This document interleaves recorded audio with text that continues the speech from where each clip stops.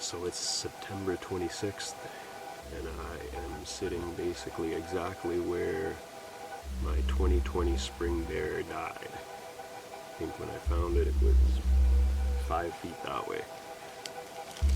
I just actually picked up one of my arrows.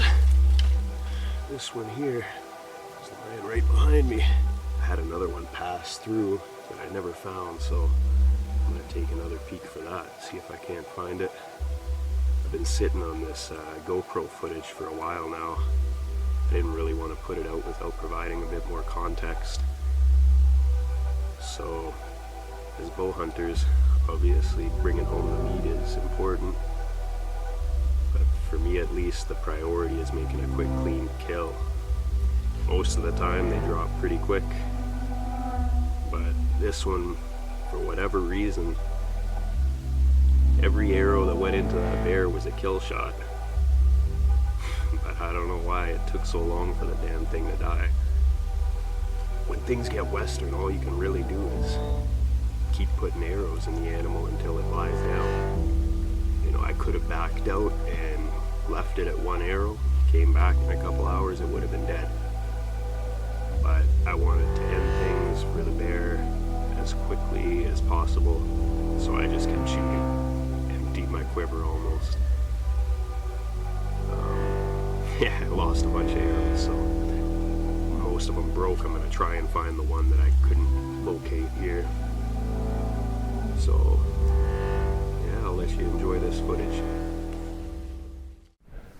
I was definitely on the fence about releasing this video, but thought it would be a valuable lesson on how tough bears can be when they have some adrenaline going. I have the utmost respect for the strength and the sheer will to survive that these animals possess. Unfortunately, I forgot to change the GoPro settings to linear instead of wide angle, so it looks more like a raccoon at 40 than a bear at 20. Glad I remembered to hit record though. The bear just ran up the tree, hiding its vitals behind a few branches.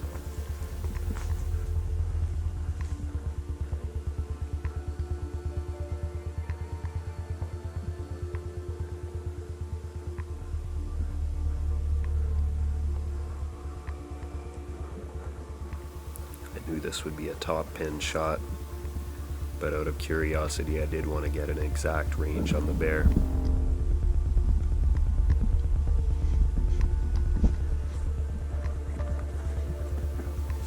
The bear slowly began making its way down the tree, exposing its vitals again.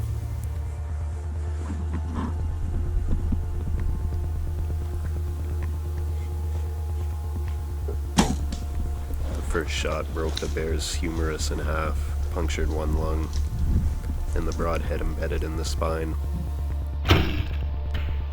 It dropped 15 feet out of the tree and was knocked unconscious.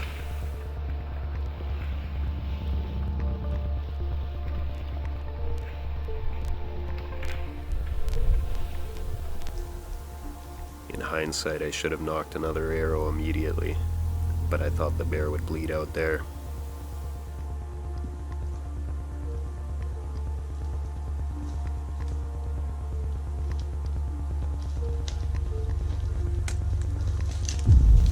At this point, the bear stood up and tried to walk away.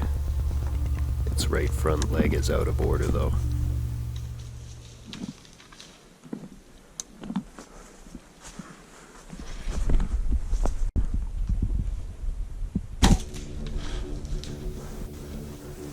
This shot deflated the other lung and created a huge gash in the rib cage.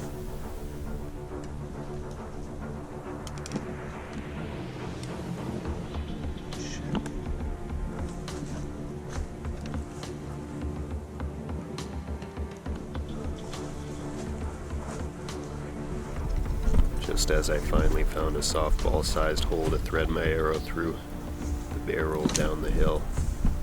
I had to let down and find a new shooting lane.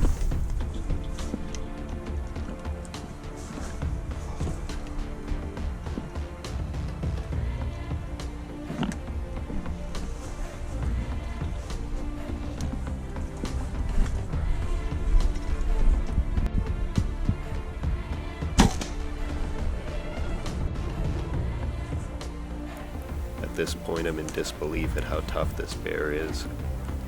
I've never seen any animal with this kind of will to survive.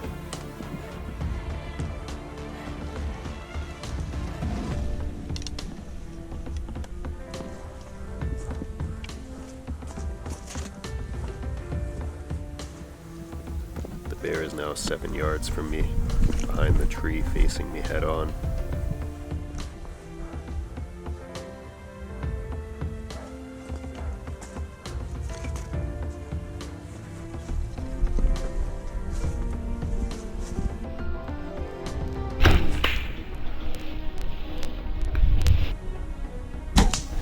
Shot entered the left side of the clavicle and exited the right ham, went through the bear end to end, and turned the stomach into a ball of lawn trimmings.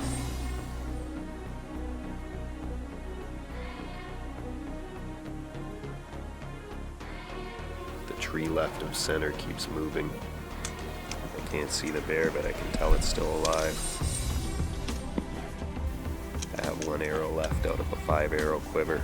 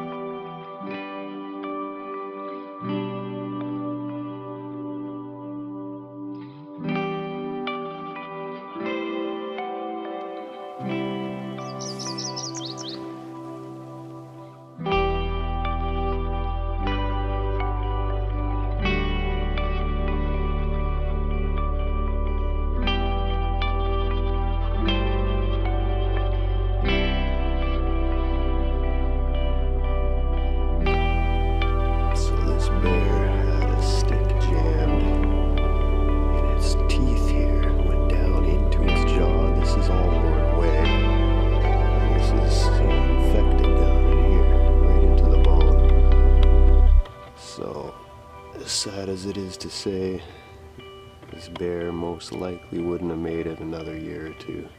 I have always tempered my killing with respect for the game pursued.